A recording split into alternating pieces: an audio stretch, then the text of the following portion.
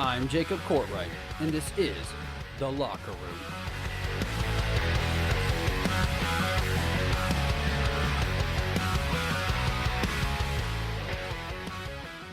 What is going on, everybody? Welcome into The Locker Room. Glad to have you joining us today. Before we get started, as always, make sure you're following The Locker Room on our social media. Why? So you can stay up to date with us. You can enjoy a lot of fun, free content.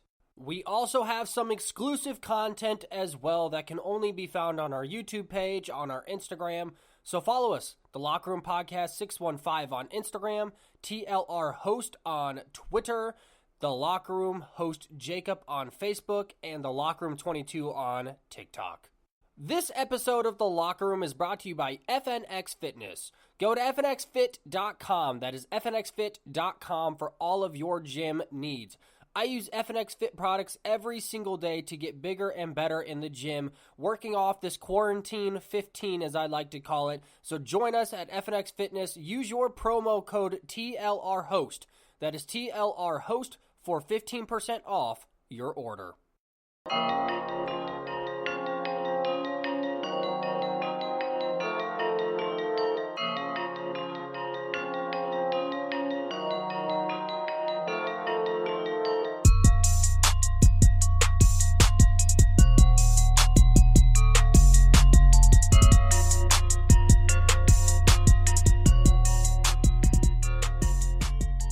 Well, it is story time here at the Locker Room Podcast. A lot of you have been asking me this question. I have just kind of neglected it, but it's finally the day. Today's the day I bring you the origin story of the Locker Room Podcast. A lot of you have been asking me, why did I start it? Why am I still doing it? Which is kind of hurtful, but I'll answer that as well. Mainly, like, where does my love of sports come from, and why did I want to start a podcast? So I'm just going to take you through my short little origin story here.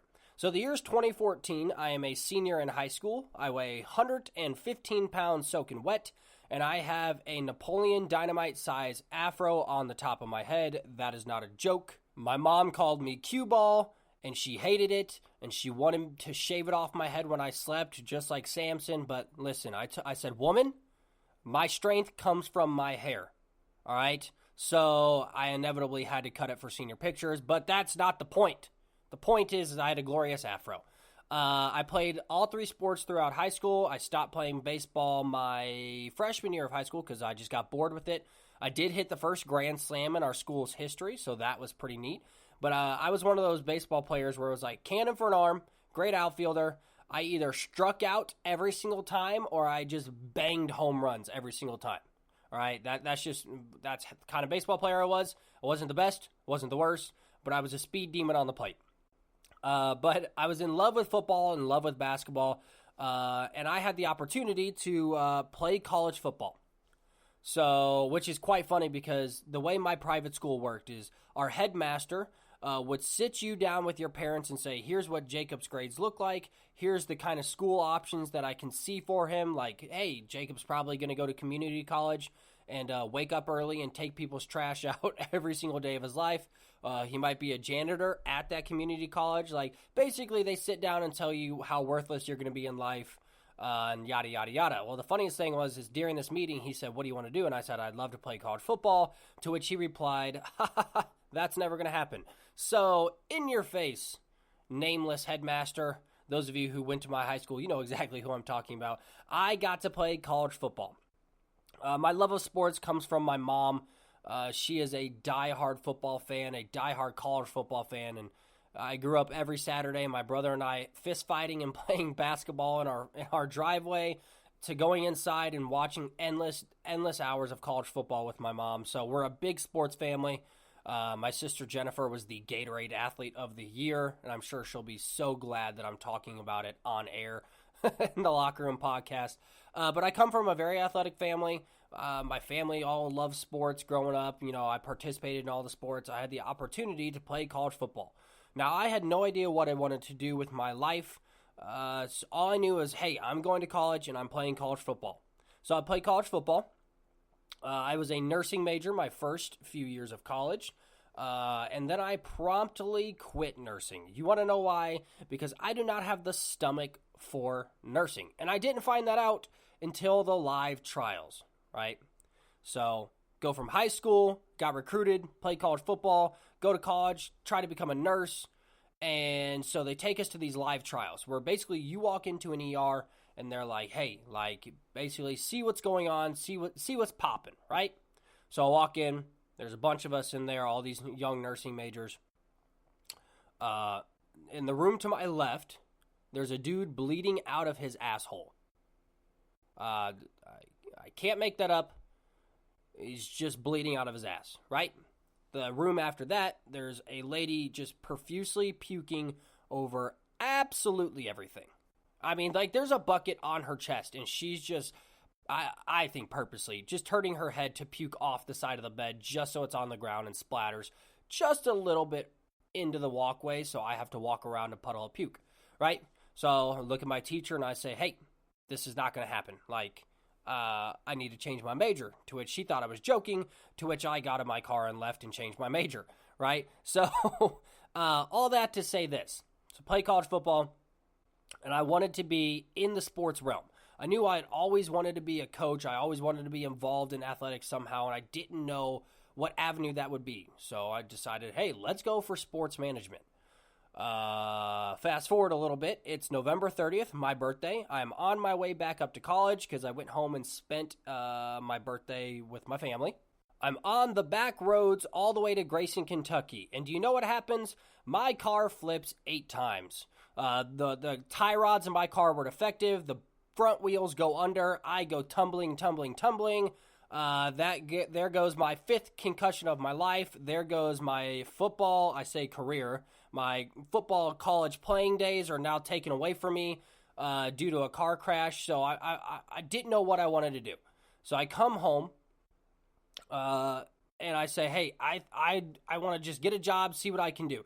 So I start coaching volleyball. Been coaching volleyball going on 8 years now. Praise the Lord. It's one of the most incredible parts of my life. But there was still more. I still wanted to do something else. I've always been interested in sports broadcasting, sports management, somehow, some way. Besides just coaching, I wanted to sit down and just talk about sports. Fast forward to 2019. I'm sitting on the couch. I'm watching Skip Bayless and Shannon Sharp, and I just, my jaw just keeps hitting the ground at what a dumbass Skip Bayless is. I'm like, I just can't stand this guy. He's just dumb. He just says dumb stuff to say dumb stuff. So then I flip the channel and I go over to Stephen A. Smith. Stephen A. Smith is saying a bunch of dumbass stuff as well. And I'm like, man, there's just not an avenue where I feel like I connect with one of these sports hosts. There's people like Nick Wright and Colin Cowherd, some guys that I like, but even then, the way their show is constructed, the other people they might have on that show, nothing ever resonated with me. So I had always wanted to start a sports podcast. I had talked about it for years, never pulled the trigger. Fast forward, we get into a pandemic. I now have absolutely no excuse to not start my podcast. So I'm sitting on a couch one day and I go, I don't know how to do a podcast, where to record it, what I have to put it on. Do I just film it and put it on Facebook? Like, I don't know. But then like all my relatives would see, and that's embarrassing because, I mean, you know how it is. So I didn't know what I wanted to do with it. I didn't know how to do it. I didn't know where I was going. So I sat down and Googled the hell out of podcasting. And about 2 weeks later, I got a microphone. Was it great? Absolutely not. I used my wife's computer. Was it great? Absolutely not. And I sat down and I started recording the very first episode of the Locker Room podcast. Was it good? Probably not. I'm not going to say that it was horrible because, you should be proud in what you do. All I want you guys to know is I gave it my all. And for those of you that have stuck with me from episode 1 till episode, I think we're on 42 today, 42 or 43. Like, I know you guys don't feel this, but I love you guys so much because you stuck with me from when I was not at my greatest till when I'm still not that great. But you're still with me, and it just means the world to me. So I sat down and just started recording podcasts, started practicing, tried to construct shows, trying to find my way in this weird podcast world. And also, the name The Locker Room was something that I literally came up with in the middle of the night. I woke up, I wrote it on a piece of paper, next to my bed and said, man, that sounds like a good name. Went back to bed, woke up the next morning, went online and just designed my own logo, designed the way everything looks. So everything you see, I just literally designed in a day and a half just off a computer. So that's the short origin story of how the name came to be and how the logo looks. But, I mean, that is how the Locker Room Podcast was born. I guess finally to wrap it up, the reason I started the Locker Room Podcast was there was not a single person, single sports host, single sports show that I could just turn on. I could enjoy sports talk, political free, religion free, everything free. Just talk about sports. I just wanted to sit down and relax and just be able to talk about sports like any guys would sit down at a bar or at my friends and I at our favorite restaurant, grab a beer and just sit there and just bullcrap sports for hours. And that's why I started the Locker Room Podcast. It was something that I wanted to be able to express my feelings on certain athletes, my feelings on this, on that, on this game, and just be able to talk into a microphone about sports. And that's why I started the Locker Room Podcast. Nothing fancy. It was simply for my enjoyment. And the fact that I have even one listener means the absolute world to me. I said this at the very beginning. If I had one listener, if I had 1 million, I don't care. I do this because I love this. I do this because it makes me happy. It's a great relief from a long day of work. And I hope you guys enjoy it. And listen, I'm always here to improve. Of those of you who have been with me since day one, you know how bad it was. You know how cheesy it was. You know how bad the audio was and we really tried to beef that up. New mics, brand new computer, thanks to my wife. So I hope you guys are enjoying it. There's the origin story of the Locker Room Podcast.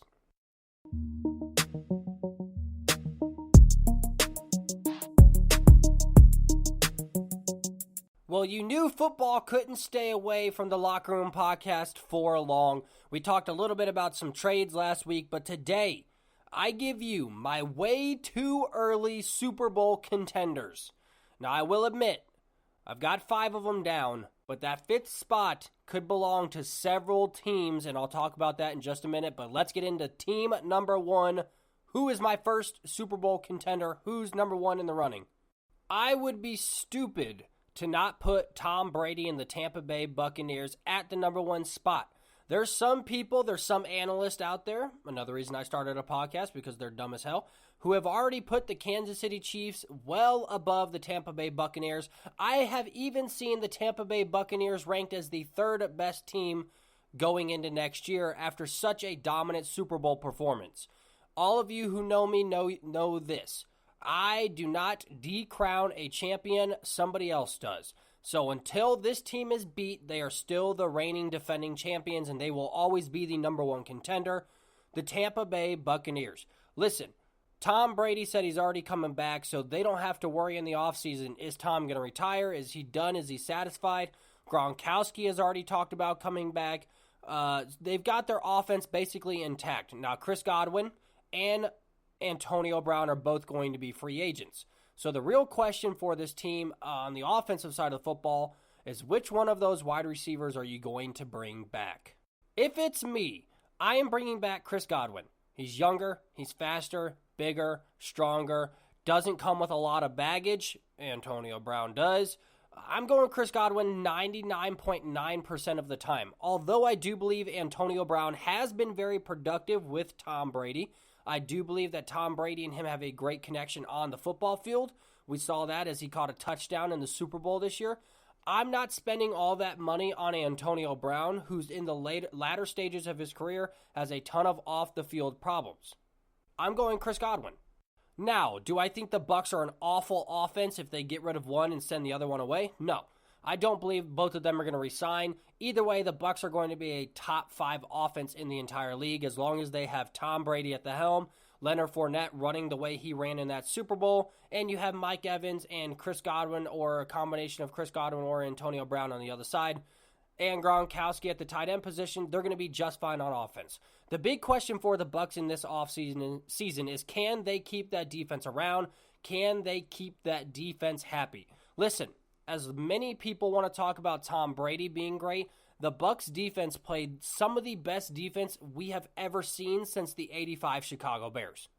Plain and simple. To me, they played better than the Legion of Boom up in Seattle when they were at their best. I'm not saying they're better as a whole, but they played better down the stretch, and that is one of the best defensive football games in the Super Bowl I've ever seen. It's comparable to the Broncos when literally Von Miller won the Super Bowl MVP by doing what he did by carrying Peyton Manning and his broken neck to another Super Bowl. Like, you don't see defensive performances like this that often, and that is why if this Bucs defense can stay around, they are without a shadow of the doubt the most dangerous team in football. Never bet against Tom Brady. I didn't bet against Tom Brady. I said that they were going to win the Super Bowl once we got that matchup. Now, granted, I had Green Bay playing in the Super Bowl, but we all know how those choke artists always do, and that's why I will never bet on Aaron Rodgers and the Green Bay Packers again. But this team is by far and away the best all-around team in football, and they have the GOAT Tom Brady at quarterback returning. Never bet against Tom, and I'm not going to start now. The Bucs are my number one contender.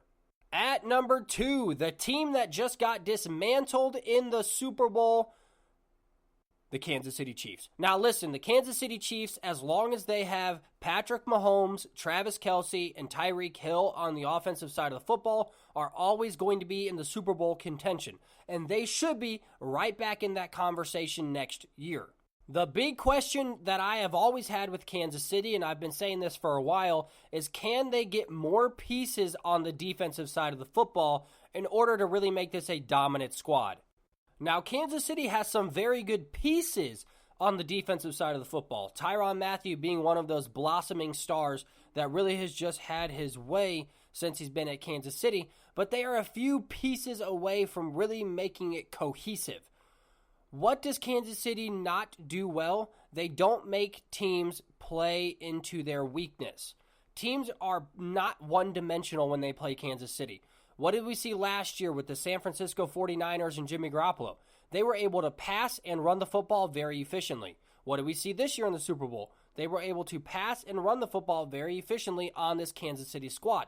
And they are a J.J. Watt away. They are a Richard Sherman away. Adding those two free agents from really making this team a solidified defense for a good Super Bowl run.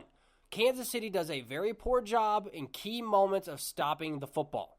And that comes when they don't make teams uncomfortable. They're not getting enough pressure to the quarterback, and then teams are just allowing to run their full playbooks with no repercussions.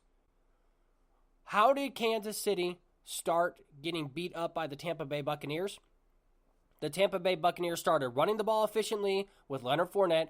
Then they had the quick 1-2 with Jimmy Garoppolo, with Rob Gronkowski over the middle from Tom Brady.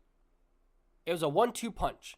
We saw that last year with Jimmy Garoppolo, Raheem Mostert, and those guys. They were able to move the football very efficiently on this Kansas City team. And if it wasn't for the fact that they had Patrick Mahomes who could score at the blink of an eye, that they might have lost big last year to the San Francisco 49ers. They need to add a couple of veteran defensive players to really solidify this defense. Get J.J. Watt. Get Richard Sherman.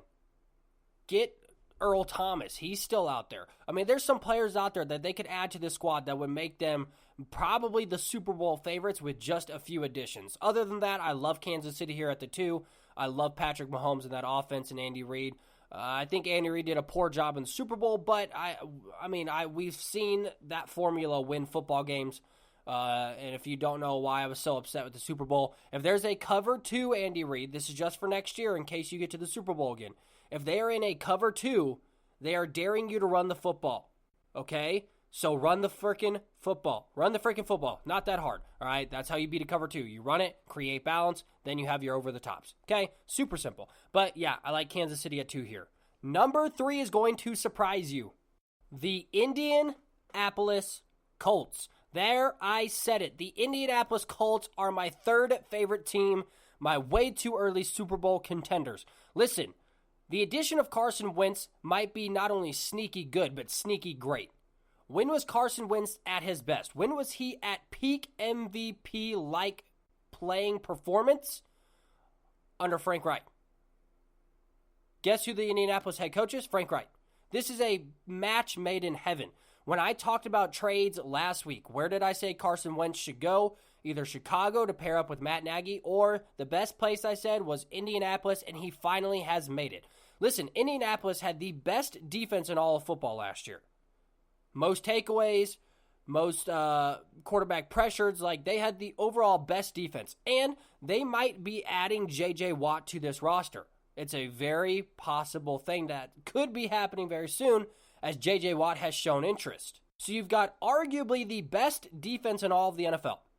Some of you want to say second best, but I think they are the best defense, most complete defense in the NFL. Xavier Rhodes played out of his mind last year. Like that defense with Leonard. Leonard's the best linebacker in the NFL right now.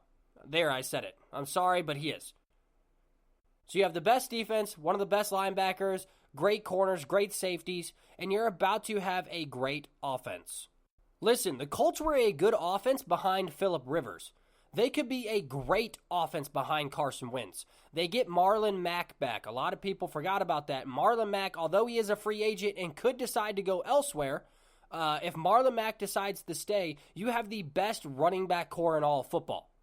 Marlon Mack, Nyheim Hines, Jonathan Taylor, that is the best running back trio in all of football, and I would love to see that happen, and then them move Nyheim Hines out to the slot. I think he would be very, very successful there. This Indianapolis offense now is also looking at Zach Ertz to come over. So they get a stud tight end. They get a quarterback who a lot of people have given up on, but I am not losing hope. I think Carson Wentz will have a revived, not only a revived career, but an MVP-like upcoming season.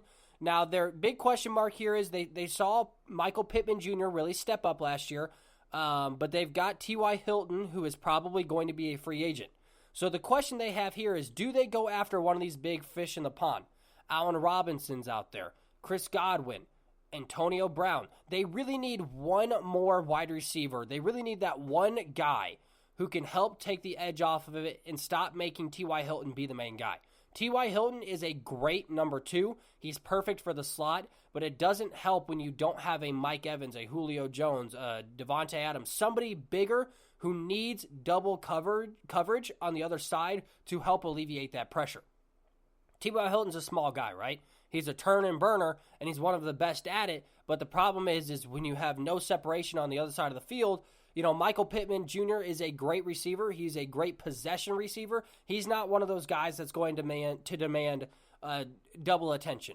So if they can add one more offensive piece there, if they can maintain that backfield, this Indianapolis squad is going to be not only my sneaky favorite to win the Super Bowl, but I might pick them as my preseason Super Bowl favorite. Of course, that's when we get closer to the season, when the rosters are solidified. That is when I will give you my official answer. So I'm not going to put my foot in my mouth this early and say that they're going to be. But they could be my sneaky favorites to win it all. At number 4, and I hate to say it because they are my rivals to the north, the Green Bay Packers.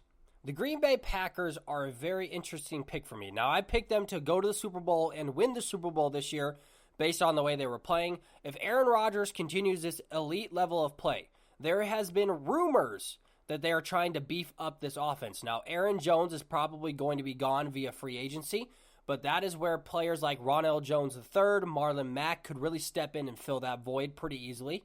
But there are big rumors that they are trying to get Davante Adams, a great number 2 wide receiver, to really make this offense not only one of the best in the NFL, but the best in the NFL. Right now, Davante Adams and DeAndre Hopkins are playing as the 2 best wide receivers in all of football. If Davante Adams gets Juju Smith-Schuster on the opposite side, this Green Bay team will go to the Super Bowl. This offense, with Aaron Rodgers throwing the ball like he did last year, with the addition of another running back, or hell, maybe they try and re-sign Aaron Jones for a little bit less money. Now, I don't think Jones is going to do that. It doesn't matter. Good offensive line. You've got Davante Adams, arguably the best wide receiver in the NFL, the way he played this past year. With the addition of somebody like a Juju Smith-Schuster, a Chris Godwin, a T.Y. Hilton, one of those other additions would be really nice to fit into this Green Bay offense. Now, when it comes to the defensive side of the football, we saw that they lacked a lot of linebacker help, so they definitely need to draft heavy in the linebacker position. Their defensive line has played very well over the last couple of years, and I don't see that going away anytime soon. They could use some linebacker help, especially the left outside linebacker. They could use a little bit of safety help. Other than that, this Green Bay team is really groomed to win now. They really need one or two more pieces. Add a J.J. Watt or add a Richard Sherman, then add a Chris Godwin, add somebody else on the offensive side of the football. I know Juju Smith-Schuster is the big name that's been rumored out there to go along with Devontae Adams, and this team is going to be a top-notch contender for next season. At number 5, there is no one specific team because there is one player that can make a few of these teams instant Super Bowl contenders and maybe instant Super Bowl winners. This guy is that good. Team number 1, the Miami Dolphins. This is contingent that they sign Deshaun Watson. This defense is already a top 10 defense in the NFL. The offense is missing that quarterback presence. Now, I hear the Dolphins saying that they're all in on Tua Tagovailoa. From what I saw last year with Tua Tagovailoa, he either A, should have sat out and Fitzmagic should have been at the helm, or B, does not deserve to be in the NFL. Didn't have a very good year. Didn't look very productive, didn't have a lot of zip on the football. So we'll see what happens in the Tua Tagovailoa. I'm not here to just bash him today. But Deshaun Watson would turn this Miami team from a playoff contending team to a Super Bowl contending team. That quarterback makes every offense he goes to very dynamic. There's the threat of running the football. He's very accurate. Deshaun Watson would turn Miami on its head and would possibly make Miami an early favorite for a lot of people to be a Super Bowl contender. With that being said, another team that, with the exception they signed Deshaun Watson, the Chicago Bears. Now, I know a lot of people are saying, hey, I don't understand why you're still so high on Chicago. It's just because you're from there. Listen. The Chicago Bears have the third best defense in the entire NFL. And they have a very good offensive-minded coach in Matt Nagy. They have very good weapons on the offensive side of the football, hoping that they re-sign Allen Robinson, of course. And with the addition of a few other free agents that we are hearing of, J.J. Watt is also a big favorite to land in Chicago, as he seems very excited to go where his wife plays. She plays soccer up there, so he'd love to play up in Chicago so he could see her more often. Chicago adds one or two more offensive weapons, and with the addition of Deshaun Watson, the Chicago Bears are the scariest team in that division. They beat Green Bay 9 times out of 10. Listen, Chicago's defense has always been very good at holding Green Bay, but they've not been very good at scoring on Green Bay. And that's not because Green Bay has such a stout defense. It's because Chicago hasn't drafted a good damn quarterback since as long as I've been able to breathe air. So does Chicago right their wrong, get Deshaun Watson, and become instant Super Bowl champions? I wouldn't say I'm not going to go Super Bowl champions, but instant Super Bowl contenders? Yeah. If they get Deshaun Watson, 100%, I believe the Chicago Bears would be instant Super Bowl contenders and could be a lot of people's favorites. Another team that would be very, very interesting and would be a Super Bowl contender if they so choose to move on from Jimmy Garoppolo and pick up Deshaun Watson. So another exception here, if they get Deshaun Watson, the San Francisco 49ers are not only Super Bowl contenders, they are a real Super Bowl threat. They have a very good defense. They have a very dynamic offense. They've not had a quarterback that could deliver a good football. I'm not a Jimmy G guy. I don't think Jimmy G is the answer for anything. A lot of people still like Jimmy G. Jimmy G cost that city a Super Bowl last year with a horrible, inaccurate, god-awful, horrible throw. Did I mention it was a horrible throw? It was all Jimmy G's fault, too, because he had plenty of time in the pocket. Skidded that son of a gun right to the wide receiver. I'm not a big G fan. But if Deshaun Watson decides he wants to go to San Francisco, this team is primed, ready to win a Super Bowl now. They've got a dynamic backfield. They've got good wide receivers. They've got a great defense. San Francisco would be dangerous. And last but not least, I've got one more team for you, and then we will dip out of the NFL and go to some NBA. The Seahawks. Now, the interesting thing with the Seattle Seahawks is there are rumors that they are interested in trying to move Russell Wilson. If Russell Wilson leaves Seattle, Seattle will burn to the actual ground. Unless they go get some magic quarterback like Deshaun Watson or somehow get Trevor Lawrence or somebody to resurrect that franchise, they will be the Jacksonville Jaguars of the whatever area they're at. The Northwest. That's the word I was looking for. Like, if they decide to move on from Russell Wilson, they're absolute morons. Russell Wilson's the only reason they ever won a Super Bowl. Russell Wilson's the only reason they were able to stay in these games and make playoffs because he plays hero football every single Sunday. Now, if Russell Wilson is still there, and if they are trying to build around him like they say they are, and there's a lot of rumors going around right now with Seattle, but if they are trying to add some pieces, this team is a very good offense. DK Metcalf really came on, of course, towards the latter half of the season. They need a lot of defensive help. This is where they have to go out and spend the money on the defense, draft defense and draft offensive line as early as they can, because if Russell Wilson can have time to throw a football, it don't matter who he's throwing to. You, DK Metcalf, me, don't matter. He's going to throw a good freaking football. The problem is can their defense stop anybody from scoring a touchdown? That's the big question here. So they need to really beef up the defense. They really need to make sure that the offensive line and defensive line are the very first two things that they take care of in this offseason. And if that's the case, Seattle will always be a Super Bowl contender when they have somebody like Russell Wilson playing on the level that he is playing.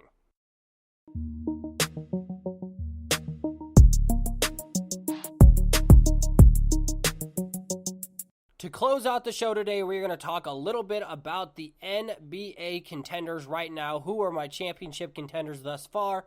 And then, of course, our reoccurring segment, my NBA grades of the last few weeks. So I wanted to start it off with my favorites to win the NBA championship. Just a few teams here, because there's only a few teams that can actually win it. But when the Los Angeles Lakers start struggling, I feel like that's when a lot of you start chirping. Right? You all know that LeBron James is the greatest of all time. Or you know that I know that LeBron James is the greatest of all time. You know that I support the Los Angeles Lakers. You know that I have picked them to already repeat their awesome championship from last year. So the Lakers lose 3 straight. They also don't have Dennis Schroeder. They don't have Anthony Davis. They just got rid of Quinn Cook yesterday to open up cap space to sign some players. Right? So they're making all these moves to go out there and get some free agents, get some players, and really beef up this roster. They lose 3 straight, and everybody loses their minds. I'm getting messages like, are you worried yet, Jacob? Oh, Jacob, you got to be worried, right? The Los Angeles Lakers aren't going to repeat. They're going to get swept by the Los Angeles Clippers. Are you worried? No, I am not worried. Go back to what we just talked about with the NFL. Why are the Bucks my favorite to win the Super Bowl next year? Because they are the reigning champions. The same thing with the Los Angeles Lakers. They are the defending, reigning NBA champions. Therefore, they are always going to be my favorite to win the championship this year. Now, granted, even if the Lakers didn't win it last year, they would be my favorite this year. Why? Because this roster is built to go deep into the playoffs. A lot of these contending rosters are not. You have the 2 sixth men of the year on your roster. You have Anthony Davis. You have LeBron James. You're about to get rid of Kyle Kuzma. Please, Lord God, say it's true. You're about to sign either Blake Griffin or Andre Drummond or somebody. You're about to make a move. We all know that something's going to happen. This Lakers team is going to be just fine, and that is why they're my number 1 contender. The team that I think is closest to them would probably be the Los Angeles Clippers. Now, I know a lot of you are probably like, what's with the Brooklyn Nets? Why are you giving them no love?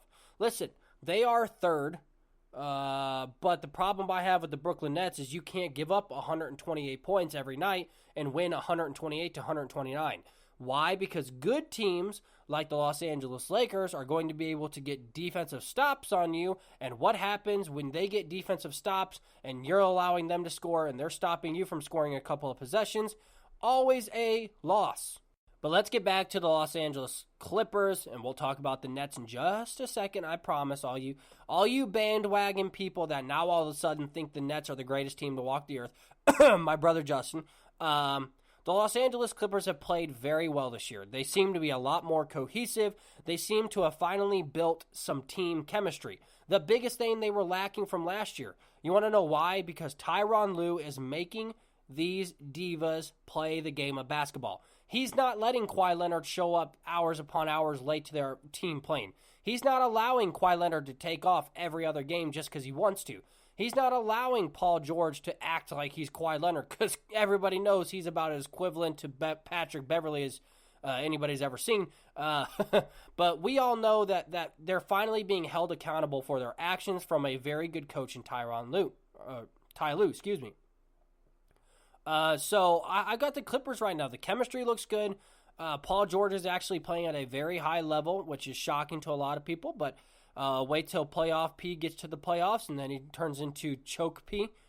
That sounds super weird. Then he turns into not good at basketball Paul George, I guess, is a whole lot better to say.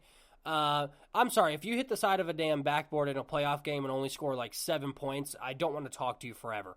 Like, you're the most overrated, overhyped player when it comes to any sport to ever walk the earth. That's just my opinion on Paul George. Not a fan, if you can tell.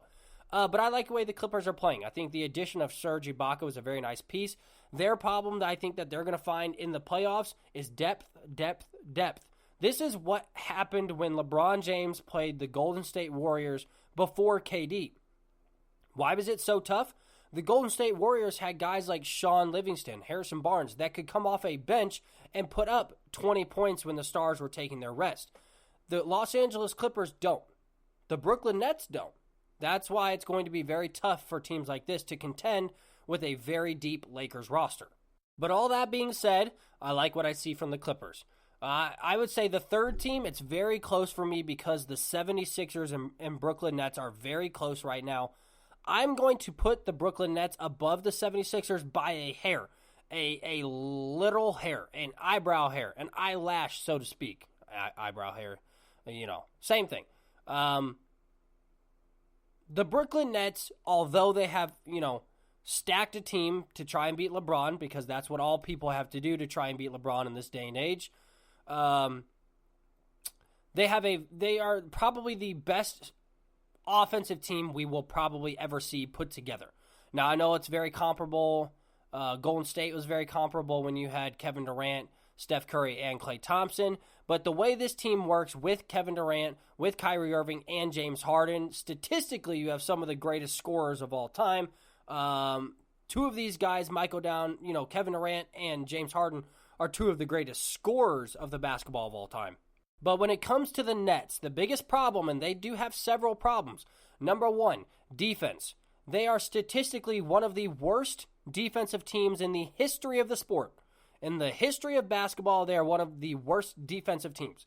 They can't guard anybody for anything, and that is going to be a major problem down the stretch, especially in playoff games. Their other big problem, they have no inside presence. So teams with any sort of inside presence are going to be able to have their way not only on the boards, because Kyrie Irving and James Harden are not going to be crashing boards all night, and you can't expect Kevin Durant to do absolutely everything for you. They're going to have a big board disadvantage when it comes to the offensive and defensive glass. So they have no defense, they have no inside presence for the offensive or defensive side of the basketball, not very good rebounders, and then finally, no depth, something that we've talked about with the Clippers as well. This team has a very good starting five. They have a very good sixth man in Joe Harris, depending if he starts or he's coming off the bench. But they have no depth further down that line, and that is where a lot of these teams have problems come playoff time. Teams with depth go far. Look at the Miami Heat, a team with a lot of depth, ended up in the championship last year. So it's going to be interesting to see if these Nets are able to pull off a trade or pull off some sort of free agency signing in the very near future, because they need a lot of help in that area. Finally, the Philadelphia 76ers, we just talked about them. My thing with the Philadelphia 76ers is, can Joel Embiid stay healthy throughout an entire playoff run? Can he stay healthy, and can he play at an elite level throughout that entire playoff run? If that's the case, these Philadelphia 76ers are going to probably be in this year's championship representing the Eastern Conference. I love what I've seen from Joel Embiid. Ben Simmons, of course, is doing his job as well. And then the addition of Seth Curry and Danny Green are great pickups for the squad. Tobias Harris, as we know, is a very good piece as well. I mean, this 76ers team is not only very deep, but they are primed for the playoffs. They've got a great big man in Joel Embiid, who not only cleans up the glass, but right now is dropping 50 and 45 points a game. He looks healthy. He looks ready to do it. this year for the first time that I've seen him in a very long time. He looks ready to make a statement, not only in the MVP case, but ready to make a big playoff statement and a big championship push. And if they can continue this growth, I really like the 76ers. And later on in the season, let's say we get 15, 20 more games in, the Philadelphia 76ers might jump all the way up to my number 2 spot as my top NBA contenders. And those are my only contenders right now. There's not really a team, although the Utah Jazz have been hot lately, there's not really a team that I'm like, wow, that team could potentially win it all. I'm not a big fan of Boston. The Utah Jazz, as I said, have always been underwhelming, to say the least, when it comes to the playoffs.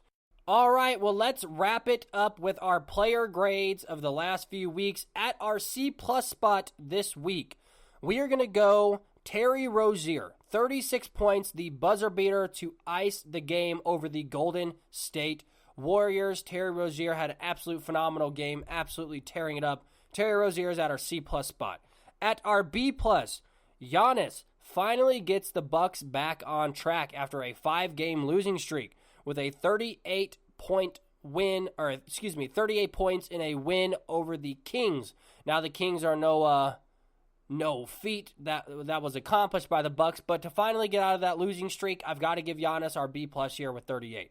At number 1, James Harden with 37 points, a big win over the Clippers without KD. That is your A+ spot.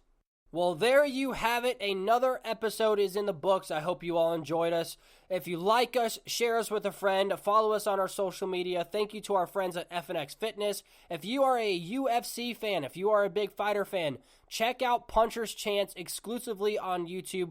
The show is gaining steam, and I hope you're along for the ride because we love that show. Got a wonderful co-host, Mr. Steven Hines. Check us out on everything. Make sure you're back here next Tuesday. I'm Jacob Courtwright. This is The Locker Room.